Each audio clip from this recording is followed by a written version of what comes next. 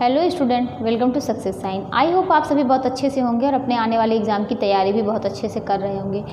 तो देखिए, हम लोगों की जो पिछली क्लास हुई थी वो हम लोग की कौन सी क्लास हुई थी, हम लोगों ने क्या समझा था फिनिशिंग के बारे में, यानी परिसज्जा क्या होती है। तो पहले हम लोग क्या समझे थे कि देखिए रेसा होता क्या है। रेसा होता है यानी फाइबर ना। देखिए फाइबर मतलब रेसा, फैब्रिक मतलब कपड़ा। जो फाइबर होता है इसको बोलते हैं रेसा। और काफ़ी रेसा हम लोगों ने पढ़ा था। रेसे के बारे में हम लोगों ने क्या पढ़ा था कि रेसे का वर्गीकरण किया। उसमें एक प्राकृतिक थे, दूसरा क्या था कि मानव निर्मित था, जो कृत्रिम रेसे कहे जाते हैं। जो प्राकृतिक थे उसके 3 पार्ट थे ना। एक क्या था कि प्राणिज जगत से था, वानस्पतिक था और खनिज रेसे थे, 3 थे। फिर हम लोगों ने जो वानस्पतिक जगत से थे उसके 3 पार्ट थे। एक पत्ती था, दूसरा तना था और तीसरा क्या था कि पत्ती, तना, बीज, तीसरा बीज था। तो सारे रेसे हम लोगों ने बहुत अच्छे से पढ़े होंगे और आई होप आप लोगों को ये अच्छे से समझ में आया होगा। रेसे का वर्गीकरण हमने इतनी बार इसको पूरा वर्गीकरण करके समझाया है। कौन बीज से प्राप्त होते हैं, कौन पत्ती से, कौन तना से, सारी चीज़ें आप लोगों को बहुत अच्छे से क्लियर हुई होंगी। बात करते हैं रेसा की। तो रेसा जो है हम लोगों को प्राप्त हो गया। उसके बाद हम लोगों ने क्या किया, रेसे से हम लोगों ने क्या बनाया, यार्न बनाया। क्या बनाया, यार्न बनाया। और यार्न पर हमने क्या किया, रेसे को जब हम लोगों ने स्पिनिंग किया, स्पिनिंग प्रोसेस किया, तो हम लोगों को क्या प्राप्त हुआ, यार्न प्राप्त हुआ। अब जब यार्न प्राप्त हो गया तो उसके बाद हम लोगों ने क्या किया, यार्न को करघे पर सेट किया। वो भी किस फॉर्म में, ताना और बाना यानी वार्प और वेफ्ट के फॉर्म में सेट किया। देखिए हम लोगों ने जो ताना बाना बार बार बता रहे हैं आपको कि वीविंग में ताना बाना को वार्प वेफ्ट बोलते हैं। लेकिन बात करेंगे अगर नीटिंग की तो उसमें क्या बोलेंगे, वेल्स और कोर्स बोलेंगे। वेल्स, कोर्स नीटिंग में बोलते हैं ताना बाना को, वीविंग में वार्प वेफ्ट बोलते हैं ताना बाना को। तो आप लोगों को क्लियर हुआ होगा। और ताना बाना हमने क्या किया कि ताने बाने फॉर्म में किस पर सेट किया, करघे पर। अब हमें क्या प्राप्त हुआ, कपड़ा प्राप्त हुआ।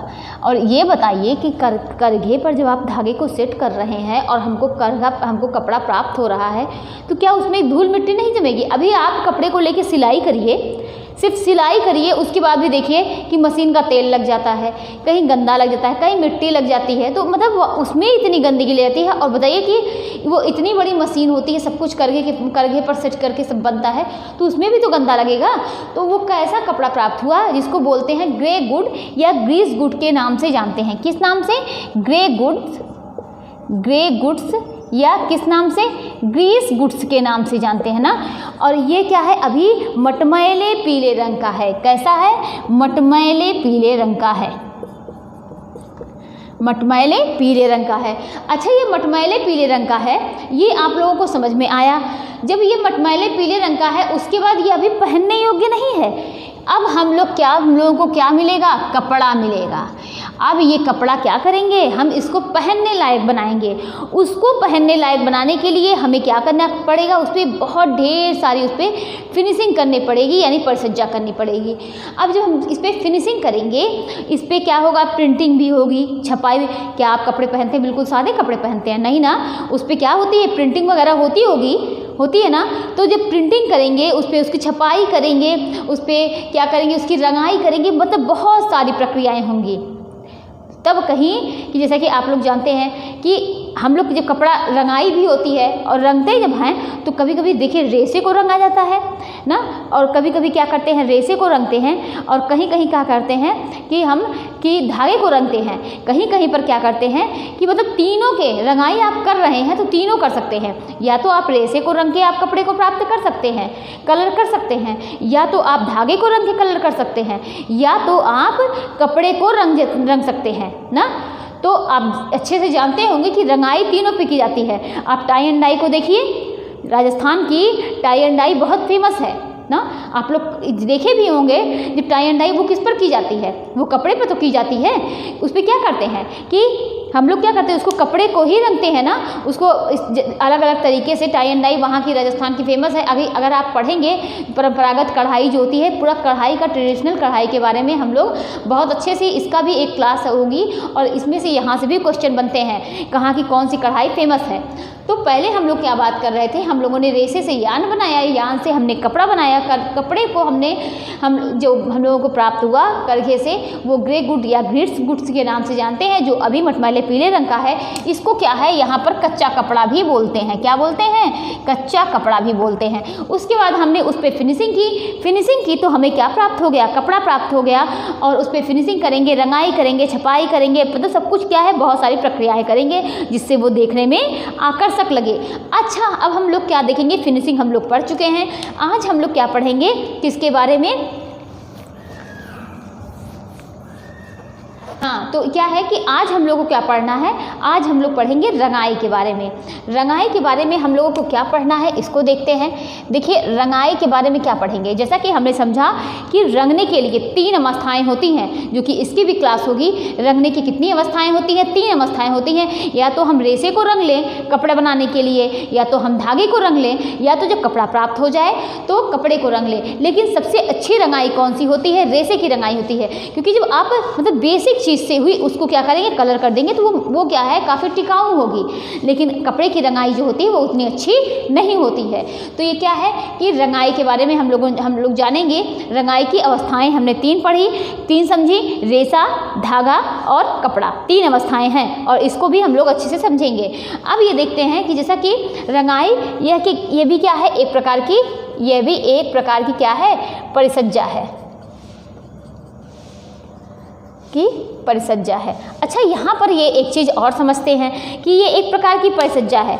देखिए, रंगाई जो होती है ना, प्राकृतिक भी होती है और संश्लेषित रंगाई होती है। कितनी?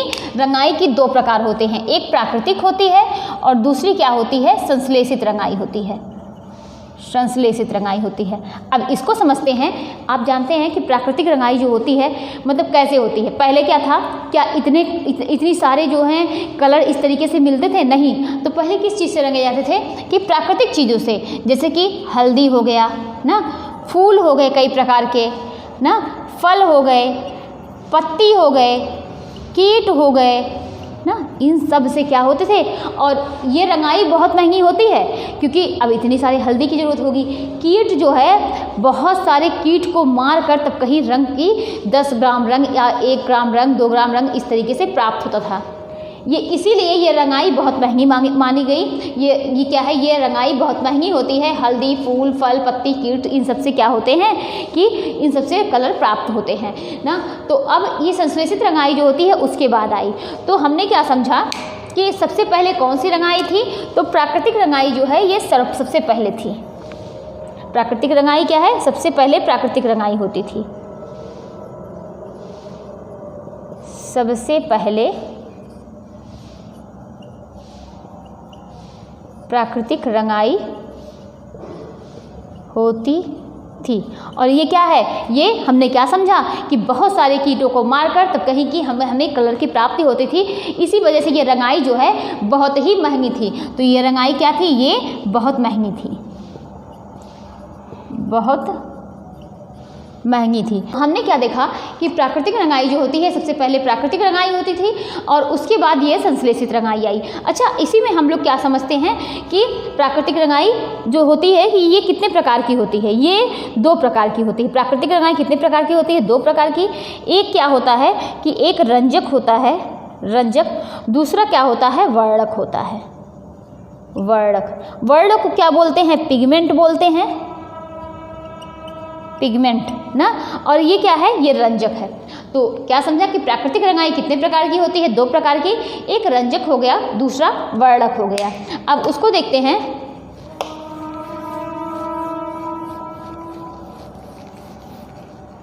कि जो रंजक के बारे में हम लोग देखते हैं, हमने क्या समझा कि प्राकृतिक रंगाई 2 प्रकार की होती है, एक रंजक, दूसरा वर्णक। अब रंजक और वर्णक 2 हो गए। वर्णक को क्या बोलते हैं? पिगमेंट बोलते हैं। रंजक के बारे में देखते हैं। ये रंजक क्या होते हैं कि ये जो होते हैं ये जल में घुलनशील होते हैं। क्या होते हैं कि जल में घुलनशील होते हैं। रंजक जल में घुलनशील होते हैं, कुछ रासायनिक ताप के द्वारा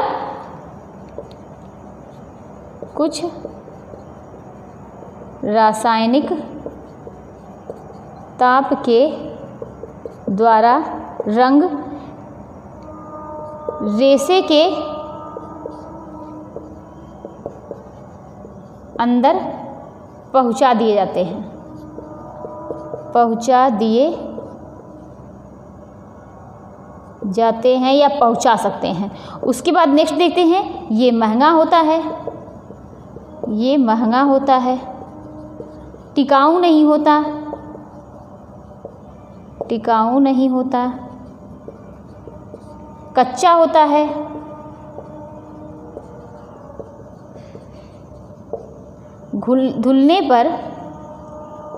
धुलने पर प्रकाश से रंग जो होता है फीका पड़ जाता है। तो हमने क्या समझा कि जो रंजक है ये क्या होते हैं, प्राकृतिक रंगाई दो प्रकार की होती है, एक रंजक हो गया, दूसरा वर्णक हो गया। वर्णक को हम लोग क्या बोलते हैं, पिगमेंट बोलते हैं। रंजक जो होता है ये क्या होता है कि प्रकाश पड़ने पर अगर आप इसको धुलेंगे तो ये क्या, इसका कलर जो होता है ये फीका हो जाएगा, या कलर जो हो, ये भी कह सकते हैं कलर उड़ जाता है। ये कच्चा होता है, इसका कलर कच्चा होता है, इसीलिए तो धुलने पर उड़ जाता है। और क्या होता है, टिकाऊ नहीं होता। और बात करेंगे तो ये महंगा होता है। हमने स्टार्टिंग में ही बताया प्राकृतिक रंगाई क्या होती है, महंगी होती है। इसको क्या कुछ केमिकल, कुछ रासायनिक ताप के द्वारा क्या होता है कि इसको रेशे के अंदर तक पहुंचा दिया जाता है, जिससे क्या हो कि ये रेशे के अंदर तक पहुंच जाए। अब ये क्या है, रंजक से जो रंगाई होती है ये सावधानी पूर्वक की जाती है। रंजक से रंगाई सावधानी पूर्वक की जाती है। तो हमने समझा रंजक के बारे में कि रंजक जो है जल में घुलनशील है, कुछ रासायनिक ताप के द्वारा ये क्या होते हैं कि कपड़े के अंदर पहुंचा दिए जाते हैं। ये महंगा होता है, टिकाऊ नहीं होता, कच्चा होता है, धुलने पर रंग जो होता है इसका फीका पड़ जाता है। रंजक को रंगाई से क्या करते हैं कि रंजक से रंगाई सावधानी पूर्वक की जाती है। ये रंजक के बारे में हो गया। अब हम लोग किसके बारे में देखेंगे, वर्णक के बारे में। यहाँ पर वर्णक को देखते हैं कि ये क्या होते हैं। ये वो रंजक जो था वो घुलनशील था, तो ये क्या है, अघुलनशील है, अघुलनशील है। वर्णक अघुलनशील है और कैसा है, अपारदर्शी है, अपारदर्शी है ना। यह रासायनिक प्रक्रियाओं से भी रेशे के अंदर नहीं जाता। यह रासायनिक प्रक्रियाओं से भी रेशे के अंदर नहीं जाता है, रेशे के अंदर नहीं जाता, बल्कि यह कपड़े की सतह पर एक परत बना लेता है, बल्कि यह कपड़े की सतह पर एक परत बना लेता है। यह सस्ता होता है, सस्ता होता है, फीका नहीं पड़ता,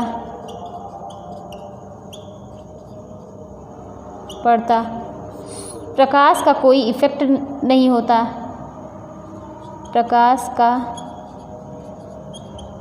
कोई इफेक्ट नहीं पड़ता, धुलाई का असर नहीं होता,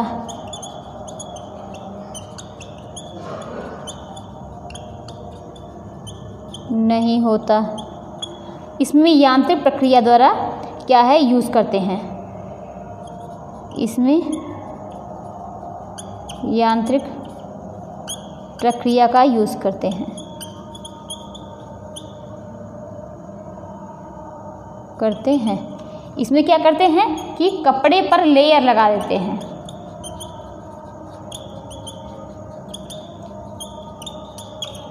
तो ये हम लोगों ने क्या समझा, मतलब अगर आप लोग इसको देख रहे होंगे सारे पॉइंट को तो आप लोगों को समझ में आ रहा होगा कि जो है रंजक का बिल्कुल भी अपोजिट क्या है, बिल्कुल ही अपोजिट क्या है, वर्णक है। वो क्या था, रंजक घुलनशील था, वर्णक क्या है, अघुलनशील है। ये क्या है, वर्णक अपारदर्शी है। वो क्या था कि रासायनिक प्रक्रियाओं द्वारा रेशे के अंदर तक पहुंचा दिया जाता था ना, लेकिन ये क्या है, रासायनिक प्रक्रियाओं से भी रेशे के अंदर कलर को नहीं पहुंचाया जा सकता है, बल्कि यह कपड़े की सतह पर एक परत बना लेता है। और इसमें क्या करते हैं, ये यांत्रिक प्रक्रिया द्वारा होता है। और क्या करते हैं, यांत्रिक प्रक्रिया द्वारा। और इसमें क्या होता है कि जिस चीज़ का मतलब इसमें रासायनिक चीज़ों का एक उस पर क्या है, कपड़े पर क्या करते हैं, एक लेयर लगा देते हैं और ये फीका नहीं पड़ता, इस पर प्रकाश का कोई इफेक्ट नहीं पड़ता, धुलाई का भी असर नहीं होता है। तो ये क्या हो गया, रंजक। आप लोगों ने समझा प्राकृतिक रंगाई का रंजक क्या है और वर्णक क्या है। अब हम क्या देखते हैं कि रंगों की प्राप्ति कैसे करते हैं। और देखिए यहाँ से क्वेश्चन बने हैं कि रंगों की प्राप्ति कैसे करते हैं। जैसे कि अगर पूछा जाए कत्था से जो है कलर मिलता है तो उसके किस भाग से, पेड़ के किस भाग से मिलता है, तो क्या कहेंगे कि छाल से क्या है कि कत्थे से क्या हम कलर की प्राप्ति करते हैं। अब क्या है, आगे देखेंगे कि रंगों की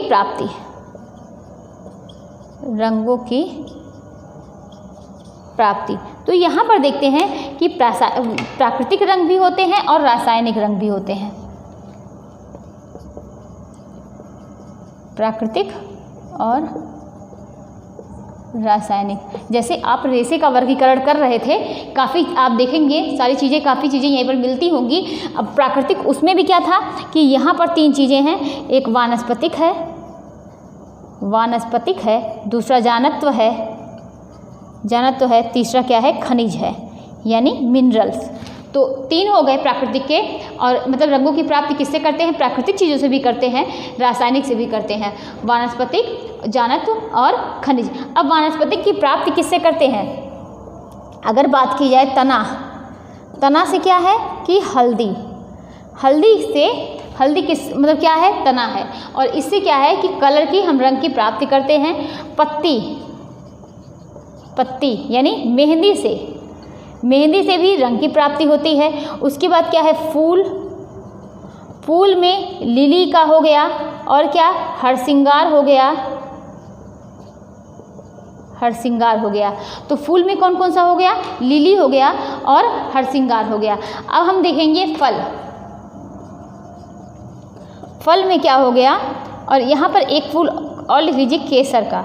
और फल में देखेंगे कि अनार और जामुन, इन सब से भी कलर की प्राप्ति होती है। और क्या, छाल कत्था हो गया। जड़ की बात की जाए तो जड़ से भी कलर की प्राप्ति होती है।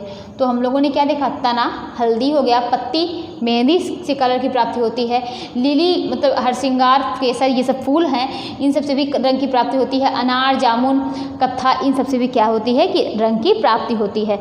अच्छा, यहाँ पर देखेंगे ये क्या हो गया, वानस्पति हो गया। अब यहाँ पर हम लोग क्या देखेंगे, जानत्व के बारे में। जंतु जगत से किससे प्राप्ति होती है, तो सर्वप्रथम इसकी प्राप्ति कहाँ से हुई थी, जो सर्वप्रथम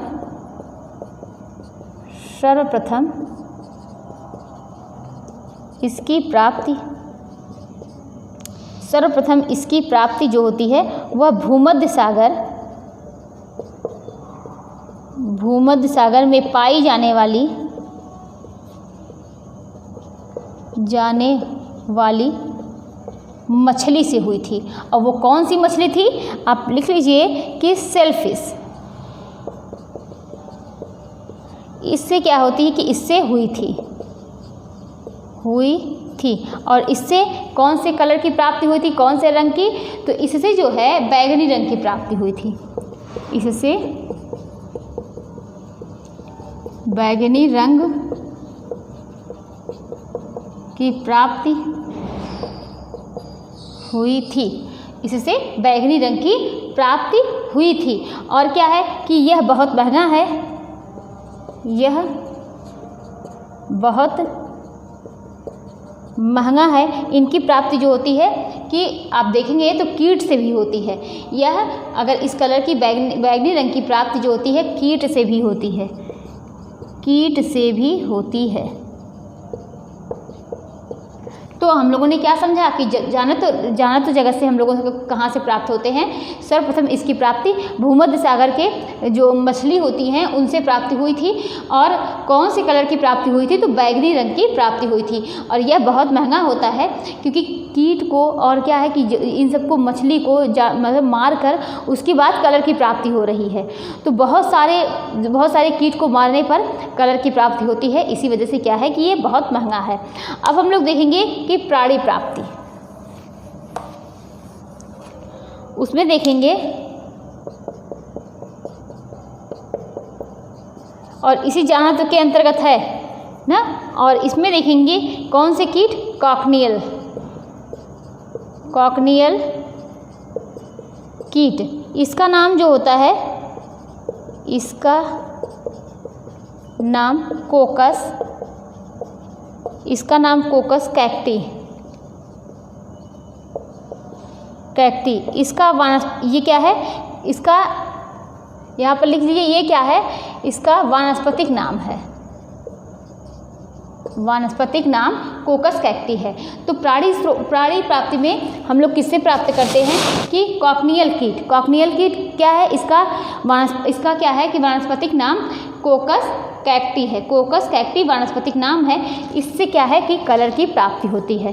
क्या करते हैं कि इससे भी कोकस कैक्टी से जो वानस्पतिक नाम है यानी कॉकनियल कीट से भी हमें कलर की प्राप्ति होती है। और यह कीट जो होता है, यह कीट कैक्टस के पौधे पर देखा जाता है। तो यह कैक्टस के पौधे पर देखा जाता है। 7,000 कितना 70,000 कीट को मारने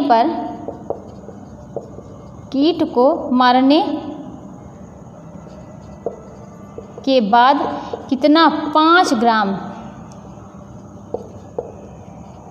रंग की प्राप्ति होती है। इससे कौन सा रंग बनता है, इससे लाल रंग बनता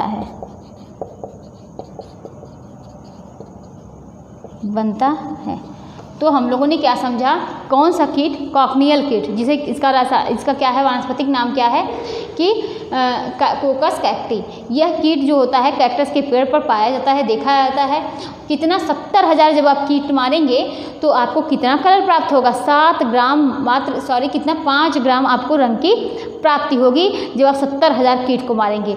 तो इतने कीट को मारने के बाद जब आपको इतना 5 ग्राम मतलब बहुत थोड़ा सा रंग आपको प्राप्त हो रहा है तो ये महंगा होगा। ये क्या है, इसीलिए ये महंगा होता है। और कॉकनियल कीट से कौन सा कलर प्राप्त होता है, जो भूमध्य सागर से जो मछली थी उससे क्या है बैगनी रंग की प्राप्ति हो रही थी, कॉकनियल कीट से लाल रंग की प्राप्ति होती है। उसके बाद हम लोग देखेंगे नेक्स्ट नंबर पर इससे लाल रंग बनता है। और उसके बाद नेक्स्ट नंबर पर देखेंगे क्या, केरमिस कीट। इसका वैज्ञानिक नाम क्या है, वैज्ञानिक नाम की बात करेंगे, वैज्ञानिक नाम क्या है, कोकस इलिसिस।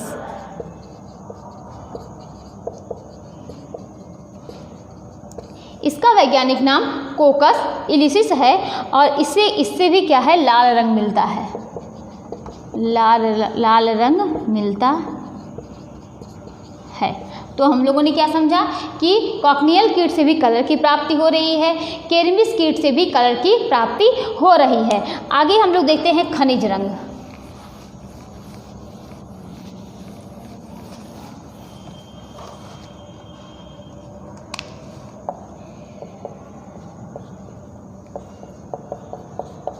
खनिज रंग में हम देखते हैं कि कोई भी लोहे पर आप देखते हैं कि लोहे पर जंग लगा होता है ना, उस जंग को जब आप झाड़ेंगे तो उससे क्या है कि आपको कुछ चूड़ा मिलेगा, उसी से क्या है कि कलर की प्राप्ति होती है। तो खनिज रंग में कोई भी लोहे पर जंग लगी हो, कोई भी या लोहे पर जंग लगी हो, लोहे पर जंग लगी हो तो उसे इकट्ठा कर कर तो उसे इकट्ठा करके क्या है कि भूरा रंग बनाया जाता है। तो लोहे पर जब जंग लगी होती है तो उसे इकट्ठा करके भूरा रंग जो होते हैं वो बनाए जाते हैं। ये क्या प्राकृतिक रंग के बात हो गई। प्राकृतिक कलर की प्राप्ति हम किन किन चीज़ों से करते हैं। वनस्पतिक जगत में हमने देखा, प्राणिज जगत में देखा, मछली से प्राप्ति हो रही थी, कीट से प्राप्त हो रही थी ना, और केरमिस कीट से, कैकनेल कीट से प्राप्ति हो रही थी। दो से हमें लाल रंग प्राप्त हो रहा था, जो भूमध्य सागर में मछली पाई जा रही थी उससे बैगनी रंग की प्राप्ति हो रही थी। उसके बाद हम लोगों ने फूल पत्ती में देखा, पत्ती में क्या था, अब उसके खनिज रंग में हमने लोहे से प्राप्त किया, कौन से रंग कि ब्राउन कलर जो है, भूरा रंग जो होता है इससे बनता है। अब हम लोग क्या देखेंगे कि संश्लेषित रंग यानी क्या है कि रासायनिक रंग।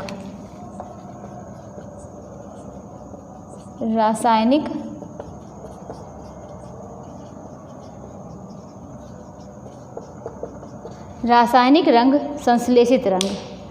अब संश्लेषित रंग में इसमें देखेंगे कि ये संश्लेषित रंग है ना, कब 1856 में, कब विलियम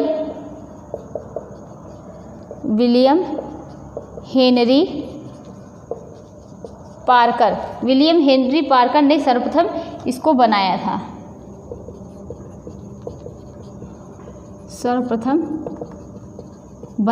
संश्लेषित रंग का निर्माण किसने किया? विलियम हेनरी पार्कर ने। और वो भी क्या है कि गलती से हो गया था। तो कब 1856 में संश्लेषित रंग का अगर आप कहेंगे कि इसका निर्माण किसने किया, किसने बनाया ये कलर, तो रासायनिक रंग को, तो विलियम हेनरी पार्कर ने इसे बनाया था। इस संश्लेषित रंग में हम लोग कई रंग पढ़ेंगे। पहला हम लोग क्या पढ़ते हैं, पहला पढ़ेंगे प्रत्यक्ष रंग। प्रत्यक्ष रंग जिसे क्या बोलते हैं? डायरेक्ट डाई, और क्या बोलते हैं? Salt dye. तो इसमें क्या है कि प्रत्यक्ष रंग जिसको क्या बोलते हैं? डायरेक्ट डाई बोलते हैं और सॉल्ट डाई बोलते हैं। अच्छा, ये क्या देखेंगे कि ये जो कलर होते हैं ना, ये जो होते हैं ये जल में घुलनशील होते हैं।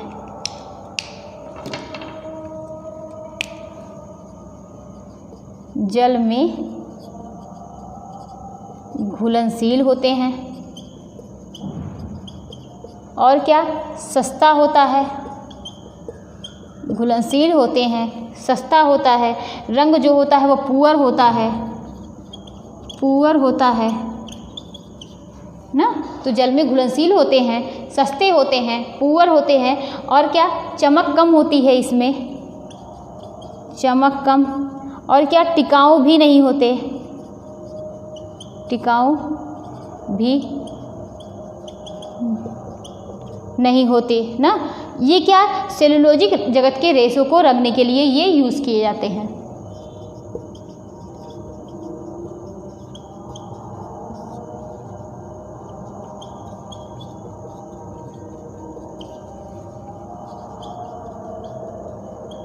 रंगने के लिए क्या है कि यानी सूती क्या है? सेलुलोजिक जगत का मतलब रेशे हैं और इसको रंगने के लिए यूज़ किया जाता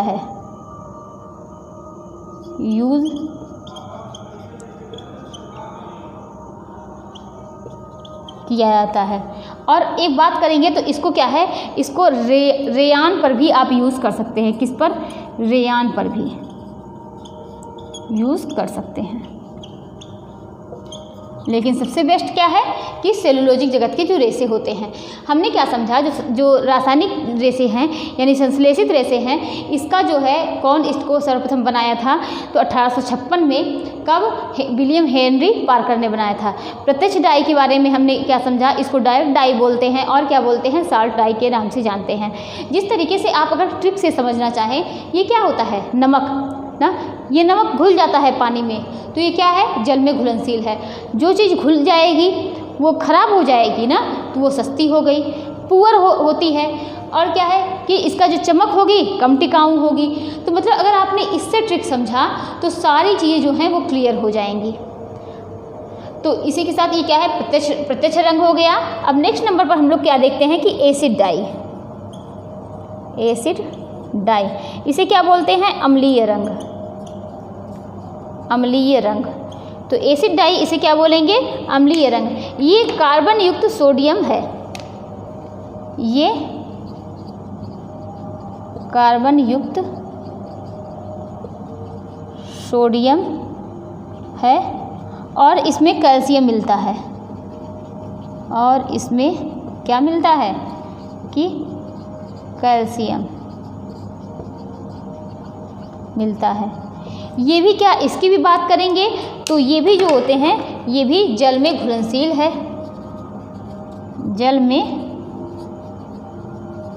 ये भी जल में घुलनशील है।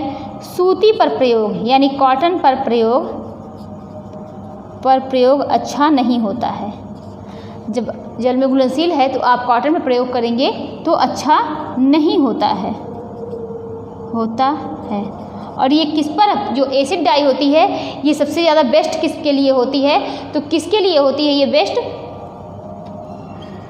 ऊन और सिल्क के लिए क्या होती है, यानी आप कह सकते हैं कि प्रोटीन जगत के रेशे के लिए, जो प्रोटीन जगत के रेशे होते हैं, रेशे के लिए ये अच्छी होती है, अच्छी होती है। इसमें जो है चमक भी अच्छी होती है। चमक की बात करेंगे तो चमक भी अच्छी होती है। हमने क्या देखा, जो एसिड डाई है क्या है, जो डायरेक्ट डाई थी ये सेलुलोजिक जगत के रेशे के लिए थी। एसिड डाई की बात करेंगे तो ये प्रोटीन जगत के रेशे के लिए है। ऊन सिल्क पर ये अच्छी होती है, लेकिन किस पर नहीं अच्छी होती है, वूल सिल्क पर अच्छी होती है, लेकिन ये सूती पर अच्छी नहीं होती है। ये भी जल में घुलनशील है, ये कार्बन युक्त सोडियम और इसमें कैल्शियम मिलता है।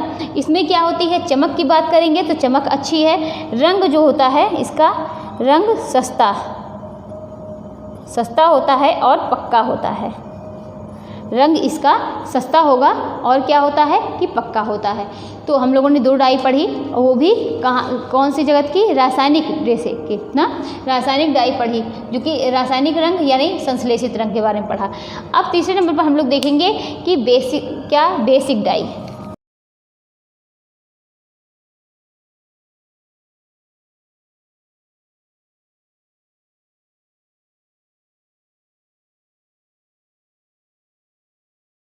अब बेसिक डाई जो होती है इसे क्या बोलते हैं, क्षारीय रंग। बेसिक डाई को क्या बोलेंगे, क्षारीय रंग बोलेंगे। इसे एल्कलाइन भी बोलते हैं, एल्कलाइन बोलते हैं, और क्या बोलते हैं, बुनियादी बोलते हैं, बुनियादी रंग बोलते हैं। तो बेसिक डाई, क्षारीय रंग, एल्कलाइन रंग और क्या, एल्कलाइन और क्या, बुनियादी बोलते हैं। अच्छा, इसको सर्वप्रथम क्या है, बेसिक डाई का आविष्कार हुआ था।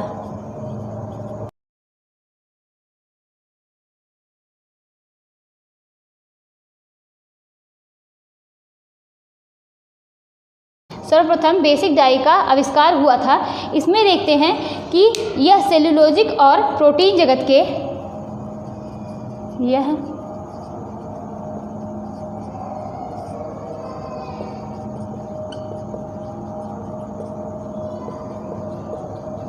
जगत के रेशे के लिए अच्छे होते हैं। तो ये प्रोटीन जगत के रेशे के लिए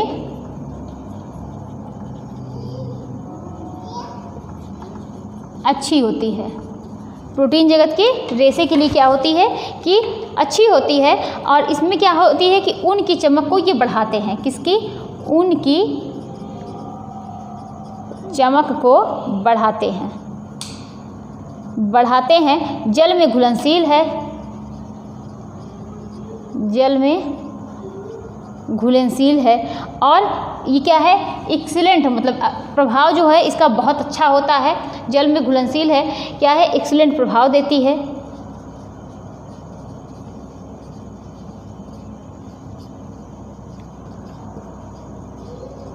रंग को पक्का करने के लिए इसमें क्या है, बंधक का यूज़ करते हैं।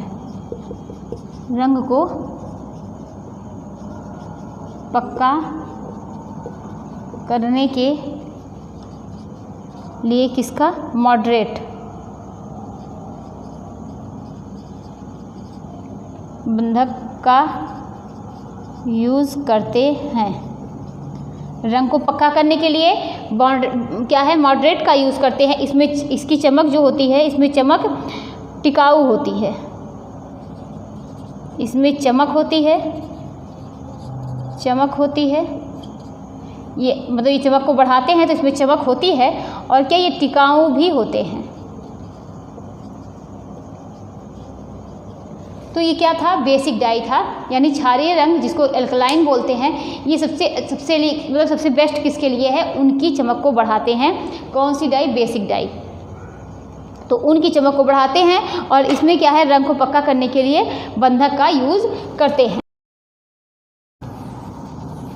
और देखिए ये सेलुलोजिक और प्रोटीन जगत के लिए मतलब रेशे के लिए भी क्या होती है कि अच्छी होती है। और आगे देखेंगे कि वेट डाई, वेट डाई ये क्या होती है, जल में घुलनशील होती है, जल में वेट डाई जो होती है ये जल में घुलनशील होती है। प्रयोग में लाने से पहले क्या होते हैं कि प्रयोग में लाने से पहले इसको क्या करते हैं कि ये जल में क्या होती है कि अघुलनशील होती है। और प्रयोग में लाने से पहले इसे क्या किया जाता है, घुलनशील बनाया जाता है, इसे घुलनशील बनाते हैं। यानी इसको क्या करते हैं कि वेट डाई को प्रयोग में लाने से पहले क्या करते हैं कि किसी बर्तन में इसको घोलते हैं, इसे घुलनशील बनाते हैं। उसके बाद क्या करेंगे, इसका प्रभाव देखेंगे तो एक्सीलेंट है, रंग जो है इसका पक्का है। और बात करेंगे चमक अच्छी है, बात करेंगे तो ये टिकाऊ है। और इसका प्रयोग किस पे होता है, इसका उपयोग सेल्यूलोजिक रेशे पर करते हैं। और ये क्या होती है कि धूप में फीका नहीं होगा, लेकिन सस्ता होता है। तो ये धूप में फीका नहीं होता, लेकिन क्या होता है कि सस्ता होता है। आप लोगों ने वेट डाई के बारे में क्या समझा, ये जल में अघुलनशील है और इसको क्या करते हैं कि यूज़ करने से पहले इसको घुलनशील बनाते हैं। इसका प्रभाव अच्छा होता है, चमक अच्छी होती है, इसका उपयोग सेलुलोजिक रेशे पर किए जाते हैं। धूप में ये फीका नहीं होता है और क्या ये सस्ता होता है। ये क्या हो गया, वेट डाई हो गया। अब वेट डाई के प्रकार को हम लोग देखेंगे। वेट डाई के कितने प्रकार होते हैं, तो इसके 3 प्रकार होते हैं। वेट डाई के 3 प्रकार होते हैं। पहला प्रकार क्या हो गया, इंडिगो हो गया, इसको इंडिगो सेल भी बोलते हैं। इंडिगो सेल और क्या कि एल्गो सेल 3 हो गए, इंडिगो सेल और एल्गो सेल। अच्छा, दूसरे नंबर पर क्या देखेंगे कि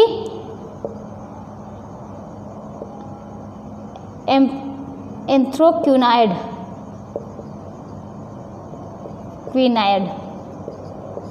ये दूसरा हो गया। तीसरे नंबर पर सल्फर। और इन दोनों की बात करेंगे तो ये दोनों ना है सेल्यूलोजिक जगत के रेशे के लिए अच्छे हैं। सेल्यूलोजिक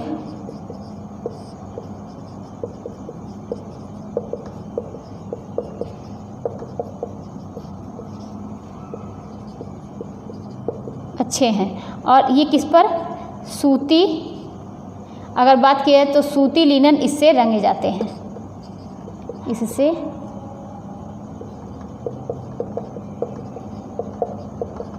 तो सेलुलोजिक जगत के रेशे कौन कौन से हैं, सूती लिनन, ये सब सेलुलोजिक जगत के रेशे होते हैं और ये रंगे जाते हैं।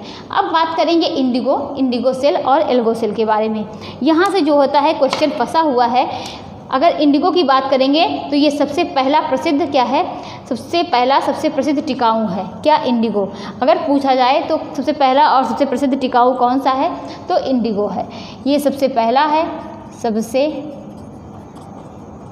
पहला है, प्रसिद्ध है और क्या है, टिकाऊ है। इसको आप लोगों ने समझा। इंडिगो को, इंडिगो जो है ये कैसा कलर देता है, ये नीला कलर देता है, नीला कलर देता है। और ये इसका यूज़ किस पर करते हैं, इसका यूज़ जो होता है डेनिम के कपड़े पर। आप लोग डेनिम का कपड़ा पढ़े हैं कि डेनिम के कपड़े पर किया जाता है, जो जीन्स बनाया जाता है इसी से बनता है, डेनिम के कपड़े पर इसका प्रयोग किया जाता है। तो ये इंडिगो है, इंडिगो से नीला कलर देता है और इसके डेनिम के कपड़े बनाए जाते हैं। बात करेंगे इंडिगो सेल की, तो ये किसके लिए, यह सूती का जो है सूती के कपड़े पर प्रयोग होता है, यानी कॉटन के कपड़े पर। और इसका मतलब यह सूती का एक मतलब कह सकते हैं कि सूती का एक प्रकार है इंडिगो सेल, और ये उसी कपड़े पर, सूती के कपड़े पर इसका इंडिगो सेल का यूज़ किया जाता है। बात करेंगे एल्गो सेल की, तो एल्गो सेल जो है यह किस पर किया जाता है, यह प्रोटीन जगत के रेशे,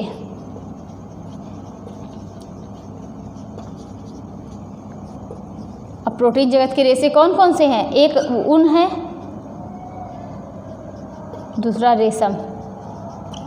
तो सूती के लिए, कॉटन के लिए इंडिगो सेल है, एल्गो सेल जो है वो वूल रेशम के लिए है, और इंडिगो जो होता है वह डेनिम के कपड़े के लिए यूज़ होता है। तो ये हम लोगों ने देखा। और एंथ्रोक्विनाइड सेलुलोजिक जगत के रेशे के लिए, और सल्फर जो होता है, ये दोनों क्या हैं कि सेलुलोजिक जगत के रेशे के लिए यानी सूती और लिनन के लिए अच्छे होते हैं। आगे हम लोग देखते हैं डेवलप्ड डाई।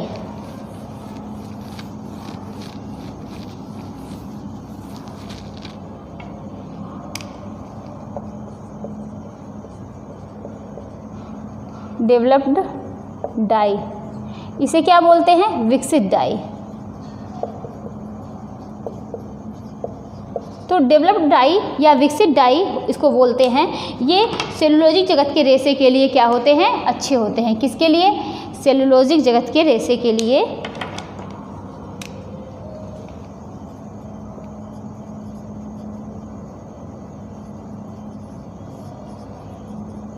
जगत के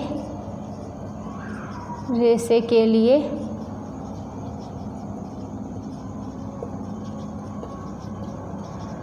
तो ये डेवलप्ड डाई जो होती है, विकसित डाई होती है, सेलुलोजिक जगत के रेशे के लिए क्या होती है कि अच्छे होते हैं। जैसे कि कॉटन हो गया, लिनन हो गया ना, जूट हो गए, ये सब क्या है, सेलुलोजिक जगत के रेशे हैं। अच्छा, यहाँ पर देखते हैं दूसरा पॉइंट क्या है, यह विभिन्न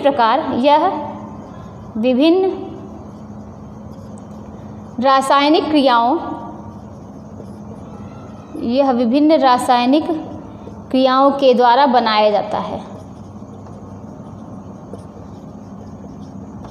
तो यह विभिन्न रासायनिक क्रियाओं के द्वारा बनाया जाता है और महंगा होता है, यह पक्का नहीं होता।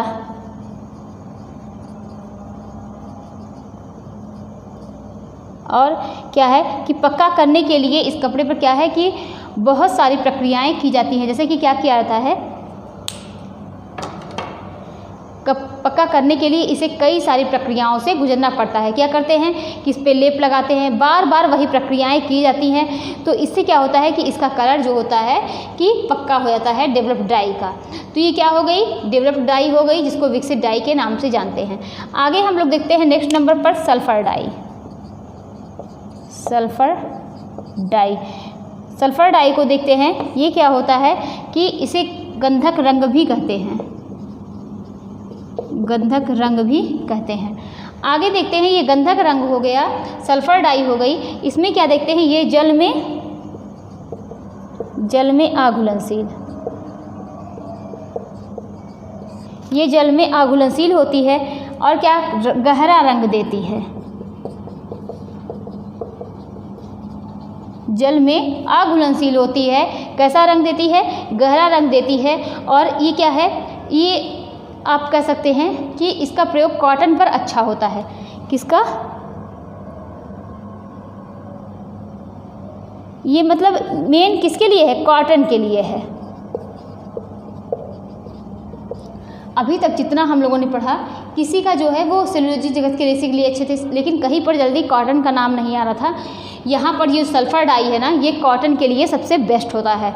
सल्फ़र डाई कॉटन के लिए अच्छा होता है और इसे गंधक रंग बोलते हैं। जल में जो होती है आघुलनशील होती है और गहरा रंग देती है। सेलुलोजिक जगत के जो रेसे होते हैं उसके लिए अच्छे होते हैं। सेलुलोजिक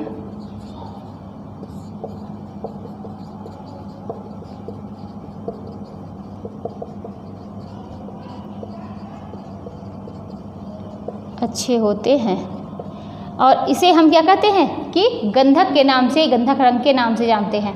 और क्या होता है कि धुलाई के लिए क्या होते हैं, धुलाई करने पर ये इसके रंग जो होते हैं वो पक्के होते हैं, वो उड़ते नहीं हैं। तो ये क्या हो गया, सल्फ़र डाई हो गया। नेक्स्ट नंबर पर हम क्या देखेंगे कि डिस्पर्स डाई।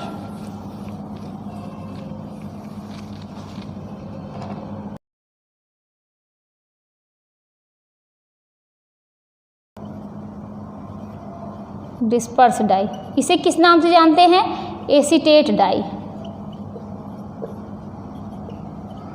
और किस नाम से जानते हैं कि प्रसारित रंग, प्रसारित रंग। और क्या कह सकते हैं कि फैलने वाला रंग।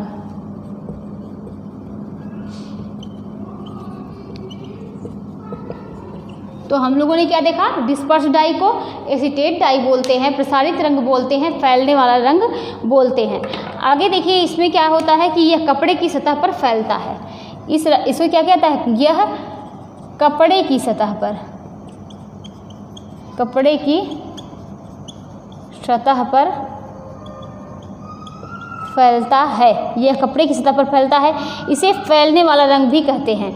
इसे क्या कहते हैं, इसे फैलने वाला रंग भी कहा जाता है। और क्या, ये आघुलनशील है, आघुलनशील है। और किस कपड़े के लिए अच्छा है, तो पॉलिएस्टर, पॉलिएस्टर के लिए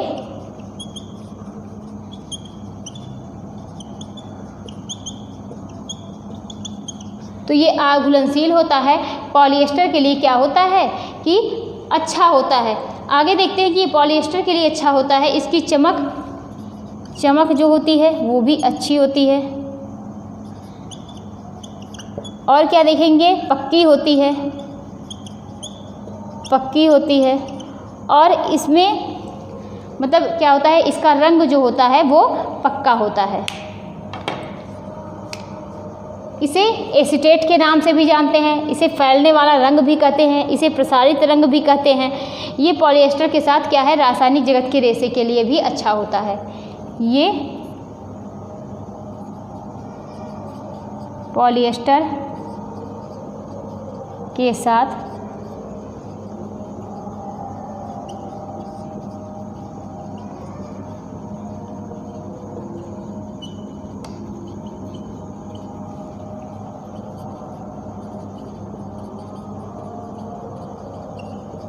रासायनिक जगत के रेसे के लिए भी ये रंग अच्छा होता है। कौन सा रंग, डिस्पर्स डाई। आगे देखते हैं कौन सी डाई,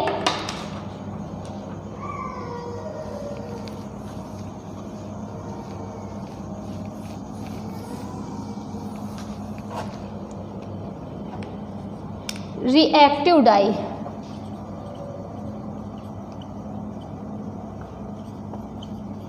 अब ये रिएक्टिव डाई क्या है, इसको देखते हैं। ये भी जो होते हैं ये जल में घुलनशील है। क्या, जल में घुलनशील है। तो रिएक्टिव डाई ये भी क्या है कि जल में घुलनशील है। यह भी एक मतलब कौन सा, ये केवलेंट बॉन्ड बनाती है। यह जो है यह भी एक कौन सा बॉन्ड, केवलेंट बॉन्ड बनाती है। यह भी क्या करती है, केवलेंट बॉन्ड बनाती है। और इसी को क्या है, मॉलिक्यूलर बॉन्ड कहते हैं। इसी को मॉलिक्यूलर बॉन्ड भी कहते हैं। कॉटन जगत के रेशे के लिए अच्छी होती है। यह कॉटन जगत के, ये कॉटन के रेशे के लिए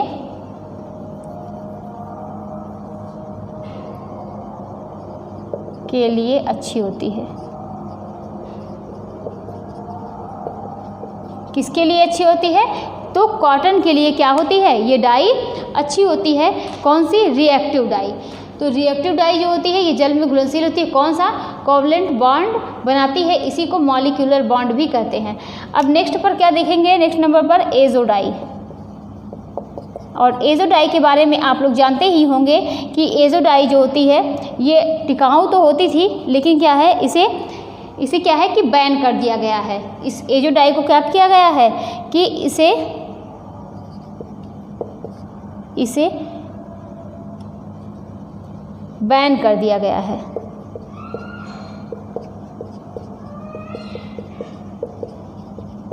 अच्छा, एजो डाई के बारे में क्या जानेंगे कि ये अघुलनशील है, अघुलनशील है। और ये किसके लिए? कि सेलुलोजिक जगत के रेशे के लिए अच्छी है।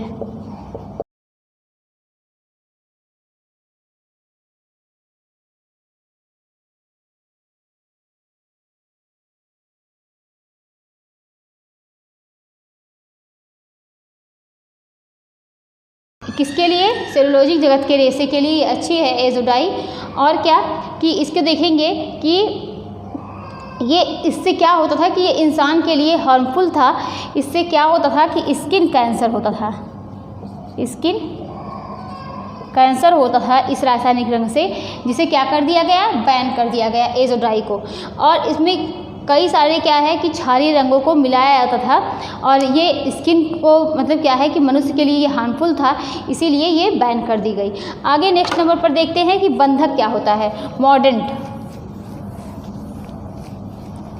यानी मॉर्डेंट डाई क्या होती है?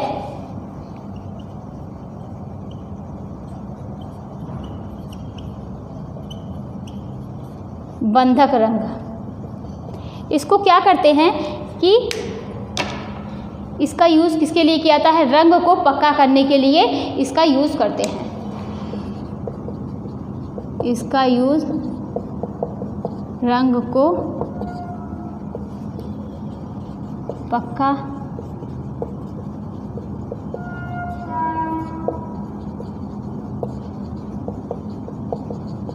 तो इसका यूज़ किस लिए करते हैं कि रंग को पक्का करने के लिए किया जाता है, जिससे ये रेशों के भीतर पहुंचकर ये मतलब उसको क्या करते हैं कि पहुंचकर रंग को पक्का कर सके। ये सिल्क और वूल पर की जाती है। किस पर की जाती है? सिल्क और वूल पर की जाती है। तो मॉर्डेंट डाई जो है बंधक रंग, इसका यूज़ रंग को पक्का करने के लिए किया जाता है, जिससे ये रेशों के अंदर पहुंचकर, रेशों के भीतर पहुंचकर रंग को पक्का कर सके। और किस पे किया जाता है? सिल्क और वूल पर की जाती है। तो ये हम लोगों ने क्या पढ़ा कि जितने प्रकार की डाई है मतलब रंगाई के बारे में हम लोगों ने देखा। अब हम लोग क्या देखेंगे कि रंगाई की अवस्था। नेक्स्ट डे हम लोग क्या देखेंगे? रंगाई की अवस्था, कि उसको जैसा कि हमने स्टार्टिंग में ही समझा था, रंगाई की अवस्था जो होती है ये रेशों पर भी की जाती है, रंगा जाता है, धागे पर भी किया जाता है और कपड़े पर भी। सबसे बेस्ट किसके लिए होता है? तो ये रेशों के लिए होता है, क्योंकि क्या है कि उसमें ये चीज़ें नहीं रहेंगी कहाँ पर कलर चढ़ा या नहीं। अगर हम रेशों को स्टार्टिंग से ही रंग के उसके बाद कपड़े बनाएंगे तो वो ज़्यादा बेस्ट होते हैं, उसके कलर जो होते हैं जल्दी वो ख़राब नहीं होते हैं। तो ये क्या है, आज की क्लास यहीं तक थी। और आप लोगों को जहाँ ना समझ में आए आप लोग कमेंट करके पूछ सकते हैं। आज की क्लास यहीं तक थी। आप क्लास को ज़्यादा से ज़्यादा शेयर कर दीजिए। जैसा कि आप लोग जानते हैं कि आप लोगों के सामने ही टीजीटी पीजीटी का एग्ज़ाम है, तो इसीलिए आप लोग तैयारी करते रहिए। और जैसा भी हो आप लोग ज़रूर से बता दिया करिए, इससे मुझे समझ में आएगा कि हाँ आप लोग को मतलब जो मैं पढ़ाती हूँ ये सही लगता है, ये आप लोगों को समझ में आता है या नहीं।